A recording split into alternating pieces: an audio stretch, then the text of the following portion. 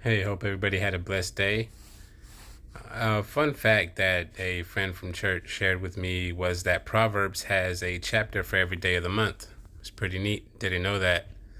That being said, today I was reading Proverbs 24, and in verse 17, it says that we should not rejoice when something bad is happening to our enemies, when our enemy falls or he stumbles. That's what it said. Sorry. And maybe some of us don't really have enemies. It could simply be a friend, a coworker, or a family member, or someone in our lives that adds stress, anxiety, possibly that does hurt us physically or emotionally. But either way, if something bad or they're going through a hardship, that doesn't mean that we should be happy about it. That doesn't mean that we should even say, yo, that's what you deserve. Even though at times I'm sure a lot of us have said, man, I hope one day you get yours, or one day you're going to be going through the same thing I'm going through and it's going to be just as bad or even worse for you. I hope. That's not what we should be doing. So Proverbs 24 in verse 20 says that the lamp of the wicked will be turned out. So that's God saying, hey, one day there's going to be a day of judgment.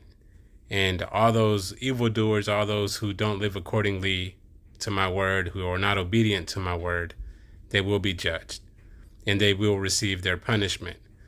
Just like those of us who are obedient and do follow his path, we will receive our reward, which is entrance to his kingdom.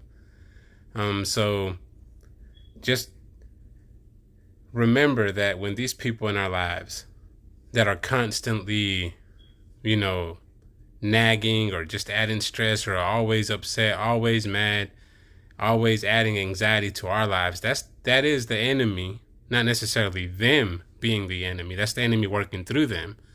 That's the enemy trying to hold us back, trying to keep us down, trying to find a way to slow us down from progressing on this path that we're on. And we also have to remember that these people that are doing this evil or causing us this hardship are souls that are not yet healed, souls that are still lost, that don't know of God's love. So rather than us wishing bad upon them, we should add them to our prayers. Pray for them, for their health, for their family, for their jobs, for them completely. And pray that we can be the light in their lives, that God works through us for them so they can see the love that God has for them. We should love everybody the way God loves us.